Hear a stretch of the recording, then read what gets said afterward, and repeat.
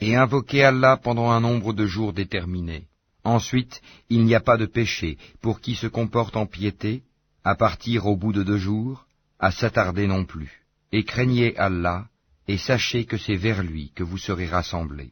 Il y a parmi les gens celui dont la parole sur la vie présente te plaît, et qui prend Allah à témoin de ce qu'il a dans le cœur, tandis que c'est le plus acharné disputeur. Dès qu'il tourne le dos, il parcourt la terre pour y semer le désordre, et saccager culture et bétail. Et Allah n'aime pas le désordre. Et quand on lui dit « Redoute Allah », l'orgueil criminel s'empare de lui. L'enfer lui suffira, et quel mauvais lit, certes. Et il y a parmi les gens celui qui se sacrifie pour la recherche de l'agrément d'Allah, et Allah est compatissant envers ses serviteurs. Ô les croyants, entrez en plein dans l'islam, et ne suivez point les pas du diable, car il est certes pour vous un ennemi déclaré. Puis si vous bronchez, après que l'épreuve vous soit venue, sachez alors qu'Allah est puissant et sage. Qu'attendent-ils, sinon qu'Allah leur vienne à l'ombre des nuées, de même que les anges, et que leur sort soit réglé. Et c'est à Allah que toute chose est ramenée. Demande aux enfants d'Israël combien de miracles évidents nous leur avons apportés. Or quiconque altère le bienfait d'Allah après qu'il lui soit parvenu, alors Allah vraiment est dur en punition. On a enjolivé la vie présente à ceux qui ne croient pas, et ils se moquent de ceux qui croient. Mais les pieux seront au-dessus d'eux au jour de la résurrection. Et Allah accorde ses bienfaits à qui il veut, sans compter. Les gens formaient, à l'origine, une seule communauté croyante. Puis, après leur divergence, Allah envoya des prophètes comme annonciateurs et avertisseurs, et il fit descendre avec eux le livre contenant la vérité, pour régler parmi les gens leurs divergences.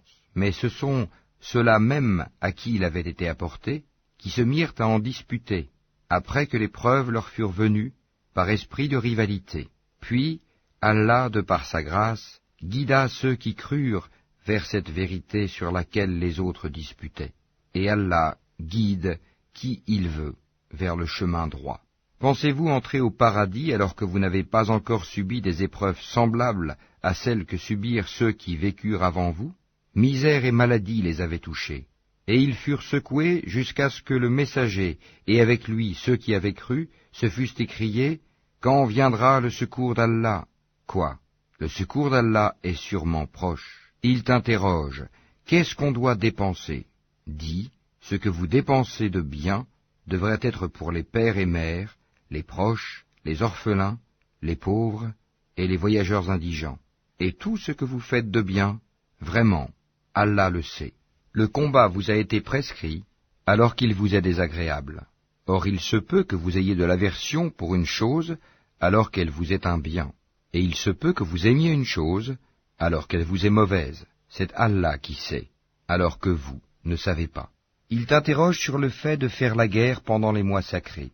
Dis, y combattre est un péché grave, mais plus grave encore, auprès d'Allah, est de faire obstacle au sentier d'Allah, d'être impie envers celui-ci et la mosquée sacrée, et d'expulser de là ses habitants.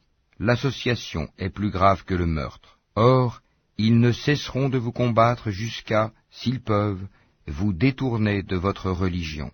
Et ceux qui parmi vous abjureront leur religion et mourront infidèles, vaines seront pour eux leurs actions dans la vie immédiate et la vie future. Voilà les gens du feu, ils y demeureront éternellement. Certes, ceux qui ont cru, émigré et lutté dans le sentier d'Allah, ceux-là espèrent la miséricorde d'Allah, et Allah est pardonneur et miséricordieux.